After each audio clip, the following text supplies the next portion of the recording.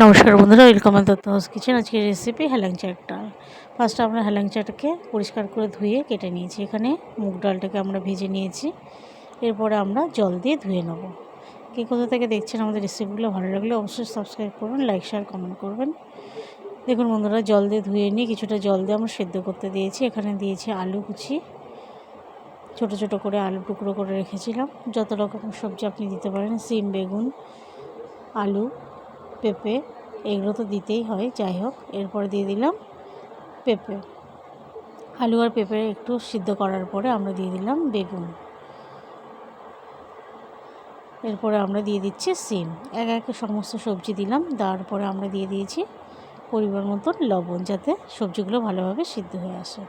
একটু সিদ্ধ হয়ে আসলে আমরা দিয়ে দিলাম হেলাঞ্চা। এই হেলাঞ্চার ডালটা খুবই সুন্দর লাগে খেতে। এইভাবে হেলাঞ্চার ডাল করে রাখলে, বিশেষ করে আজকে থেকে কালকে দিন যত বাসি হবে তত হেলাঞ্চার ডালটার টেস্ট বেশি হয়। যাই হোক, ভালোভাবে আমরা নামিয়ে ভালোভাবে সমস্ত সবজি দিয়ে ডাল দিয়ে ভালোভাবে সেদ্ধ করে নিচ্ছি। সিদ্ধ হয়ে আসলে আমরা দিয়ে দিলাম হলুদ, লঙ্কা গুঁড়ো, একটু ধনে জিরে গুঁড়ো। এরপরে ভালোভাবে আমরা ডালটাকে ঘুটনির সাহায্যে ঘুটে নিচ্ছি। এখানে দিয়ে দিলাম 5 ফোড়ন, শুকনো লঙ্কা আর পেঁয়াজ কুচি আর রসুন কুচি। রসুনটা একটু বেশি পরিমাণে দিতে হবে। এরপর আমরা ডালটাকে সাম্বার দিলাম, 2টো কাঁচা লঙ্কা দিয়ে দিয়েছি। এরপর ভালোভাবে আমরা ফুটিয়ে নিয়েছি।